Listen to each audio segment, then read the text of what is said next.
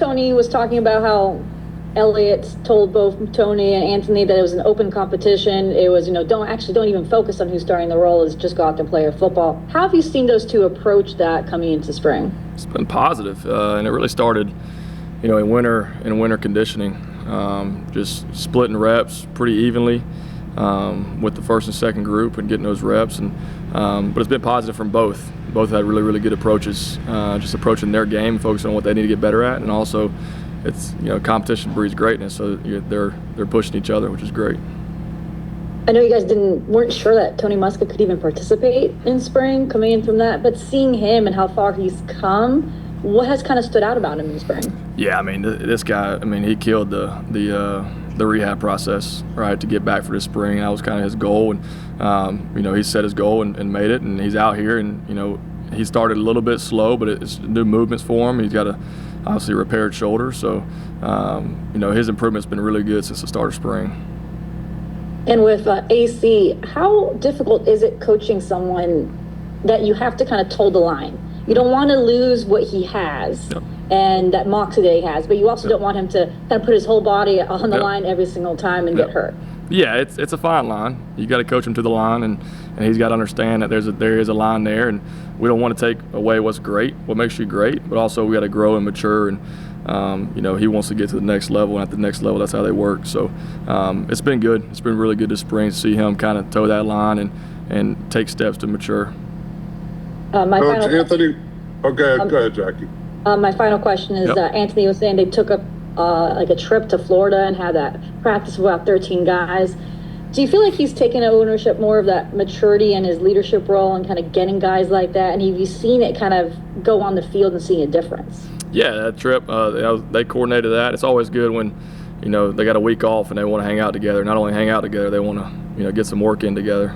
So that was positive, kind of taking that role. And it's really good when you have multiple leaders in the quarterback room. So I think Tony and AC do a good job of doing that, and even the other guys, Grady and Gavin, those guys do a really good job leading as well. So, but we got to keep pushing. There's steps that Calandre's got to keep taking, and Muskett's got to keep taking to get uncomfortable in that leadership role. And it's a little different when you have two guys competing for a job, right? They're like, they don't. Which one wants to be the leader? Like, we got to have both those guys, no matter who's playing. We need both those guys to win games. So. Coach Anthony was talking about needing to improve on his leadership this year. How much leadership, based on respect for the way he plays, did he maybe accumulate last year? Yeah, I think a lot. And that's the key this year. Like, hey, these guys, your teammates know you can play, right? They know you can make plays. They know you can win games.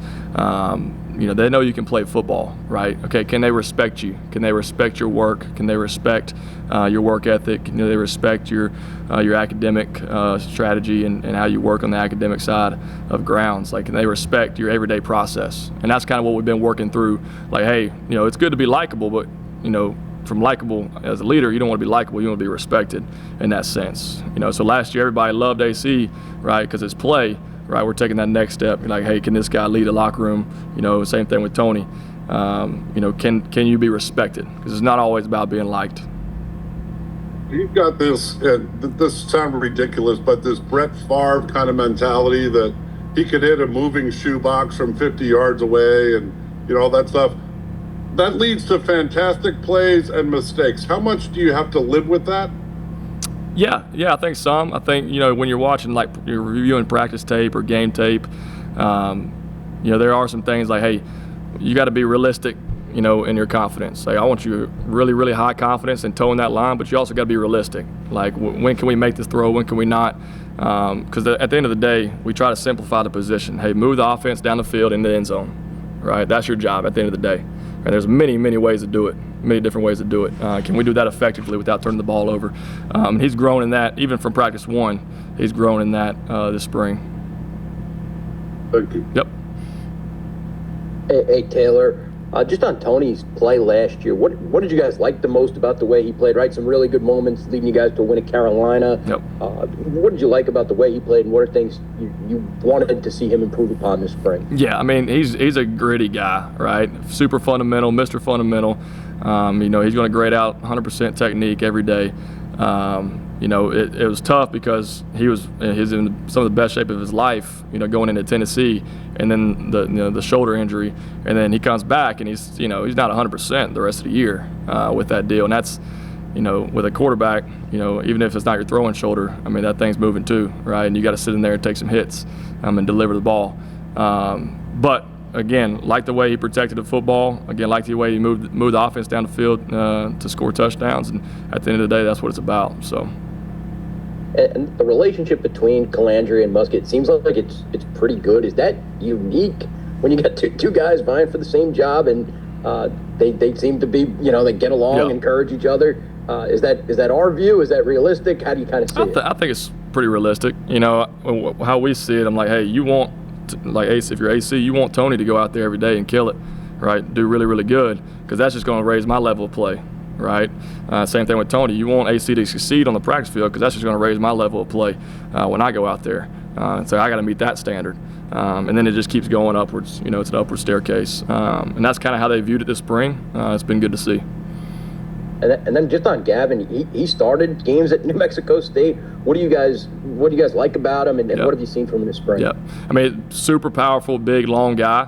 He is in the process of learning the offense. In the first spring of the offense, because it's the same thing with Tony when you bring in a transfer quarterback. They know their offense, right, that they've ran at college, right, and they have to break some habits and learn our offense. And what we're teaching and how we go about things. So he's grown, and I'll just say, keep it simple. Let's learn the offense this spring, right? And then we'll focus on the execution down the line. But really, really good. You don't quite know until you get the orange jersey off, in some live situations, when you're playing ball. But he's been solid. Thank you.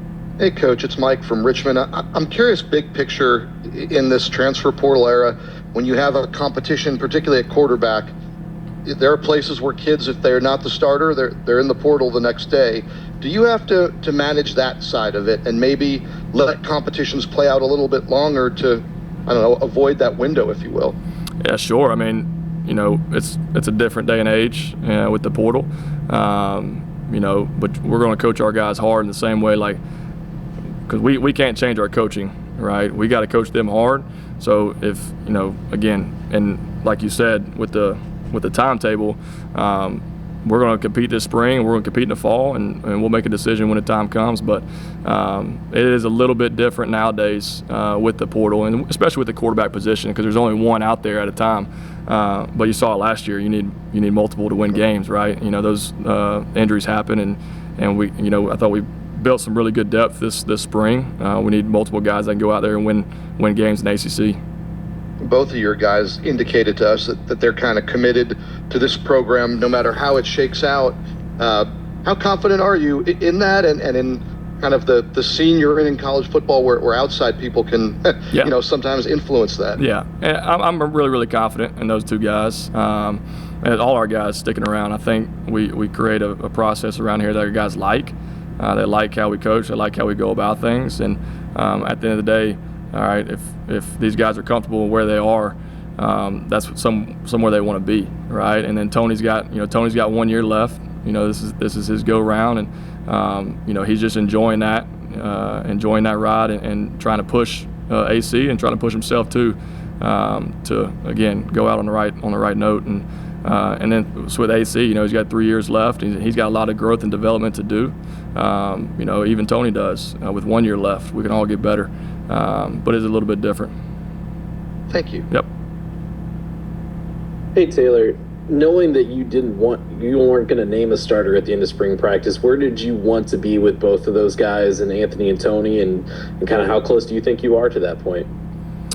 Yeah, I think we wanted to find 4 guys that can go out there and win games, right, at the Power 5 level or Power 4 level, however you look at it. But we wanted Tony and AC, right, to keep getting better in their respective areas, to where we feel really, really good about those two after spring ball, right? We can go win games, right? And then we had to bring up the depth too, below them, bring up those guys. So hey, if anything happens, we got to be ready to go at a moment's notice. But you want to get them to a spot in spring, and then Summers summer's a really good development too of the body, and then all the football school stuff they do, and then fall camp hit it running. So you really want those guys feeling really confident, right? That's the most important thing for those two guys. Hey, confident in what we're doing offensively, right? Confident in the guys we're throwing it to, confident guys that are blocking for them, and we got a couple more days to finish out.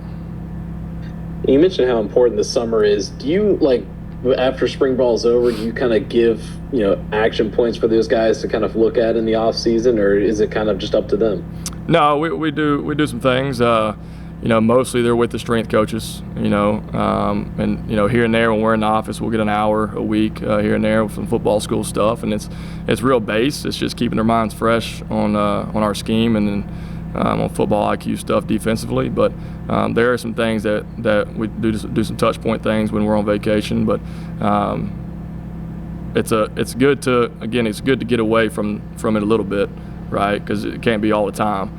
Everybody needs a break. So those guys do get a good healthy break this summer. Let's take one last question for Taylor. Taylor, incoming transfer receivers will obviously play a role, a pivotal role in your offense this fall. How have you observed them meshing with your quarterback room?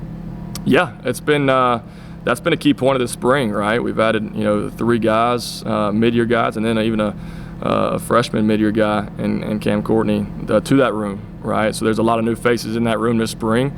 So that's been a key point of getting timing down, because every receiver is different, right? Getting timing down, understanding our routes, understanding our catch points, understanding our timing. And it's been positive, right? When those guys are out there, even some of the guys that have been around thought our timing has been really good this spring.